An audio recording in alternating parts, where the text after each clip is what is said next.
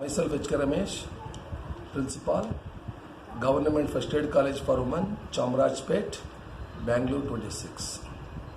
In our college, we held a faculty development program on the topic the role of MOOCs, e-contents, e-learning in higher education on 13/5/2020. Massive open online course MOOC has spared a discussion in higher education community as to whether it can reform and teaching and learning in aforementioned setting MOOC, a term used to describe course offered fully online where users can obtain graduation certificate upon users completion of the particular course, offers an edge of education that has never been thought possible decades ago. MOOCs, massive open online course, are a new model for online course that have quickly gained interest and support among universities in recent months.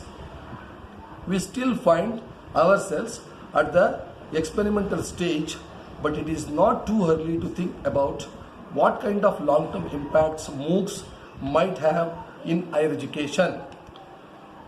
Most universities have offered online courses for many years, and the basic technologies involved video lectures, discussion forums, tests, and the like are the same we have used within on-campus and distance students. Learners can also participate in interview, users forums, and there are normally provided by MOOCs, and these interactive forums help build a community for students, lecturers, professors, teachers, and all of the users. There are many reasons as to why one should consider being part of MOOC. One of the reasons would be that most of the courses are free.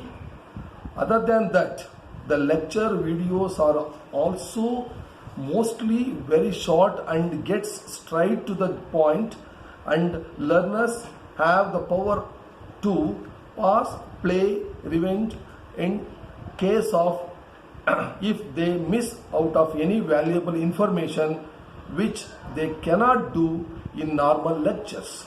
In fact, the learning process can also be combined with one's student studies or jobs, because learning via MOOC is very easy, as the users is the one who controls and pays of his or her learning. Learning with MOOC saves time, definitely saves money. The courses offered by MOOCs are mostly accessible via gadgets such as computers, mobile phones, tabs, and other, and this makes the learning experience much more fun, as learners can learn anytime and anywhere, as it does not require them to be at a specific place to learn. In India, with MOOCs, we have mechanism to reach high quality education and a globally collaborative learning experience to any section of society. For the first time, technology and the digital content have been combined together to serve massive groups of students across diverse education, economic, social, and ethnic backgrounds. MOOCs have raised the bar on what learners and educators can do to gain and impart education. MOOCs have also provided ways to anyone to learn using open resources and networks, and to learn and also innovate.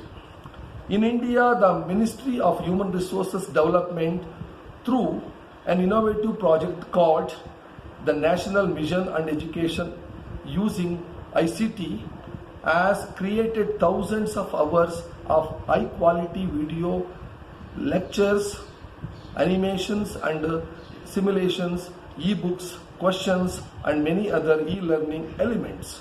These courses span engineering, arts and humanities science, management, social sciences and many of other areas.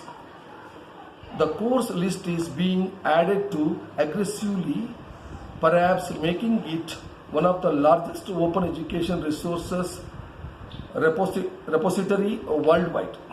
MOOCs can have a transformative impact on higher education. It's just that the revolutionary scenario predicted by so many might to take couple of decades to become a reality. The world of MOOCs is moving quickly. Soon all of them will be moving from experiments to applying what they have learned to problems in higher education. In MOOCs, the areas the needed to address are not with technology or even basic pedagogy, but in matching the MOOC model to the most processing needs that universities need to address for students and creating the institutional momentum to create the institutional partnership to solve those problems.